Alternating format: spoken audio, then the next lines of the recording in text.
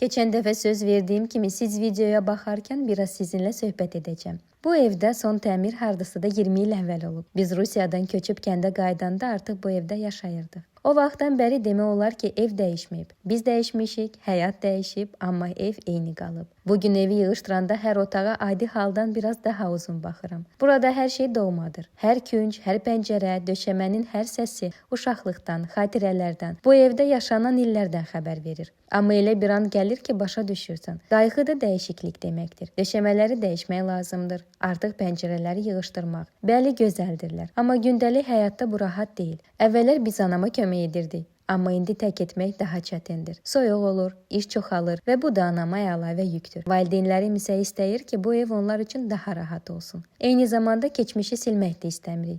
Burada çoxlu köhnə mebellər var və onlar həqiqətən gözəldir. Anam onları sevə-sevə diqqətlə qoruyub saxlayıb. Bu əşyaları atmaq istəmirik. Onlara sadəcə təmir və biraz qayğı lazımdır. Saxlamaq mümkün olan hər şeyi mütləq saxlayacağıq. Təmir prosesini əvvəldən axıra qədər çəkmək çox istərdim. Hər mərhələni, hər detalı göstərmək istərdim. Amma təəssüf ki, hər şey həmişə planladığımız kimi alınmır. Ona görə də bu video əvvəl olsun, bu evin uzun illər boyu olduğu halı.